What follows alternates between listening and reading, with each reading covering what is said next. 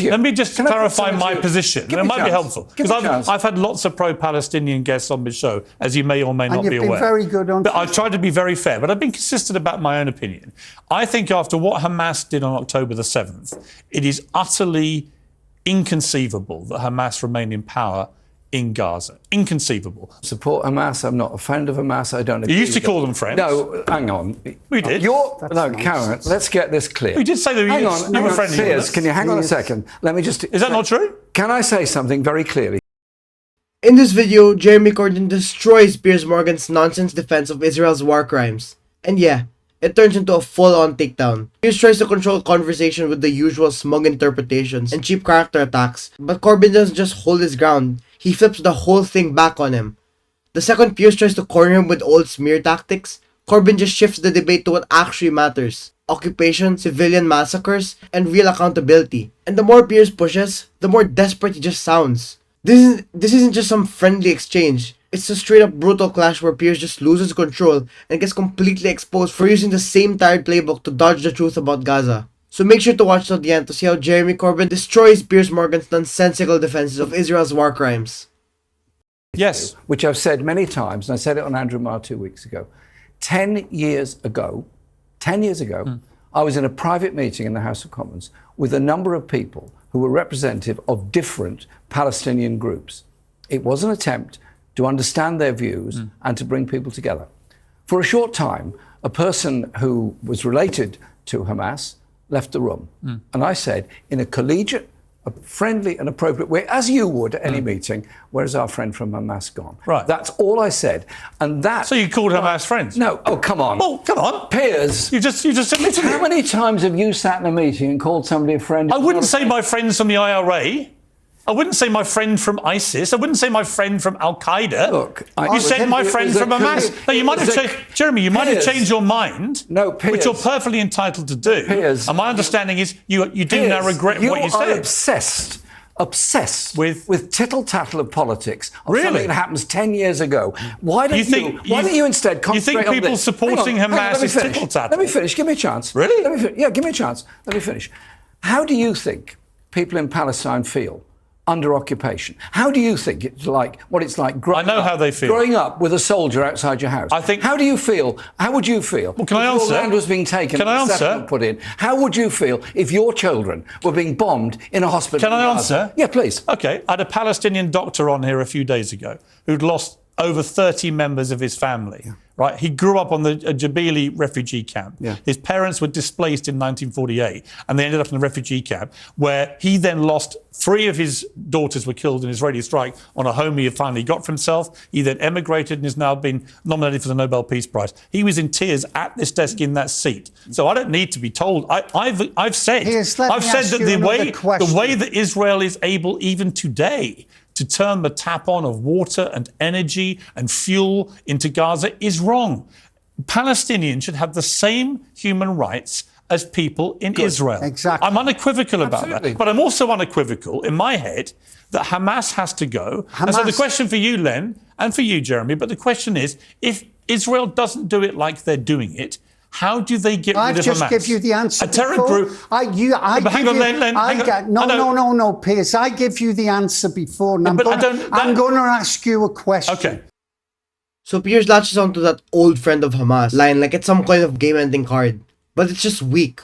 Jeremy Corbyn explains what actually happened, and instead of moving on, Piers just keeps hammering it like he's desperate to avoid the real topic. Corbyn tries to bring the focus to what's actually happening on the ground. Occupation, bombings, people dying, and Piers suddenly flips his emotional story about a Palestinian doctor like that clears him of everything, but it's just performative.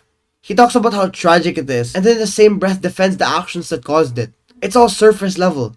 No accountability, just recycled outrage with bad-faced jabs. Corbyn just stays calm and keeps dragging it back to the reality in Gaza, and Piers can't handle it without spiraling into the same old talking points. Do you condemn the Israeli government for the occupied settlements that are growing and have been growing for decades and are against international law? Do you condemn that? Yes. Fine. Then the best way to get rid of any extremism that exists in nations and groups is to comply with international law and make certain that Palestine is given a viable. And I'll finish with this question. Go on. If we all believe in a two-state solution, why doesn't our government recognise the state of Palestine?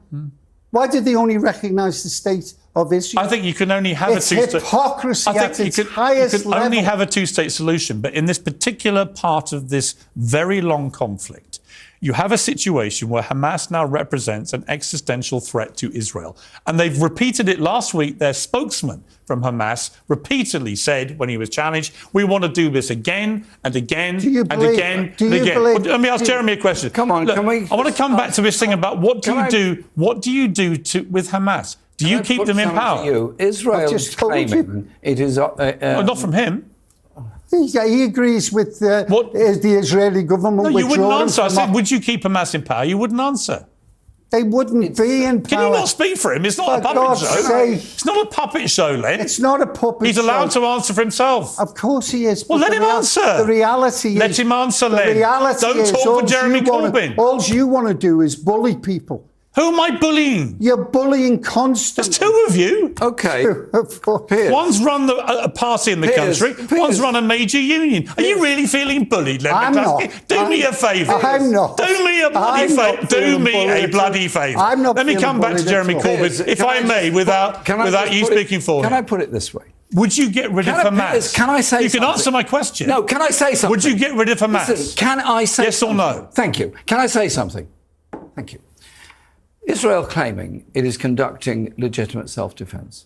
Where is legitimate self-defense pre-ordering the bombing of a hospital knowing there are children in it? Where is legitimate self-defense? You've heard their argument about that. They believe that Hamas, and this has been corroborated, by the way, by everyone from Bill Clinton. Died. Bill Clinton is on the record as saying that, this is years ago, he's on the record as saying that Hamas 5, 6, 7 years ago, in fact, you know what, let's listen to him say it himself. Here.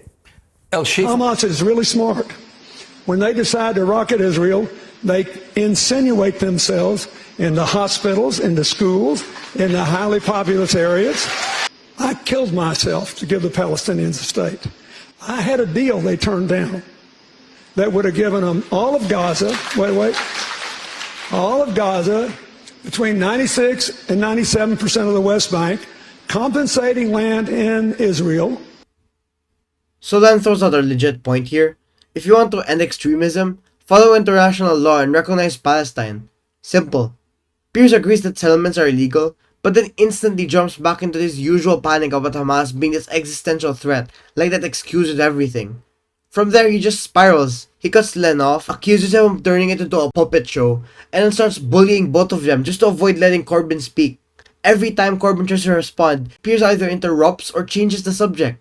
And that Bill Clinton clip, total dodge. He drops it like it's some slam dunk, but it's just a distraction to avoid talking about the actual war crimes, like bombing hospitals full of civilians. It's just a classic Piers move. Ignore reality, repeat the same scare line, and hope nobody notices the deflection.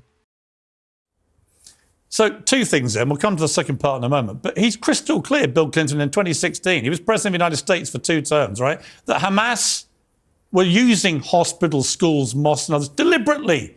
And they don't care about Palestinian lives. They don't care about them. They knew when they did what they did on October the 7th, there was going to be a massive reaction by Israel. They knew thousands of innocent Palestinians would die. They don't care about their people. So my question for you, Jeremy, which you haven't answered, Jeremy, there are and I want you to answer. Dead already. I know. How many more are there going to be before this is over? How many more wholly innocent Palestinian children are going to be killed because of Israeli military policy?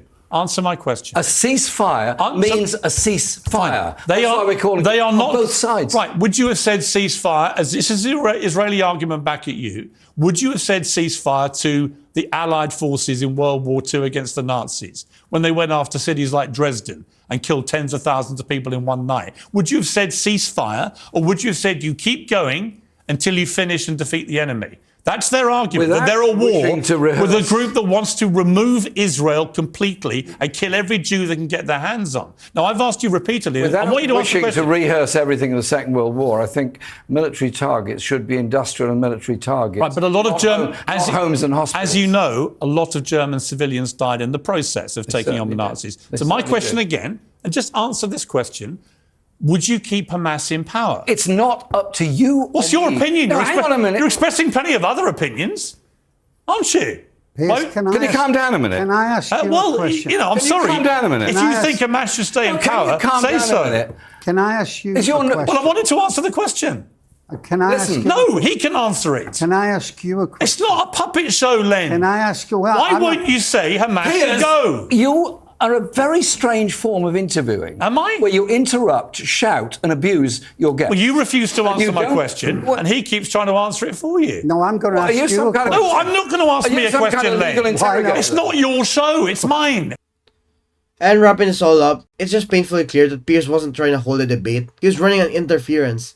He doesn't want thoughtful answers. He just wants control. Corbyn calls out for ceasefire, brings up the human toll, and Piers responds with World War II analogies and moral grandstanding. It's just a mess with bad faith framing. And when he can't box Corbyn in, he starts snapping at Len for daring to speak up, like anyone challenging his script is somehow hijacking his show. This wasn't conversation. It was a stage for Piers to push a narrow, one-sided narrative while trying to shout down anyone who pushed back. And speaking of one-sided, are you getting tired of getting news from biased news sources? One outlet says one thing and another says the complete opposite? How are you supposed to know what's actually true? That's where ground news comes in. It lets you compare how different media outlets, whether it's left, right, or center, are covering the same story. So you can see the full picture instead of just the echo chamber. And here's the best part. Click the link in the description and get a 40% off the Vantage tier, which gives you even deeper insights in media bias and political trends. So stay informed, think for yourself, and check out ground news in the description down below.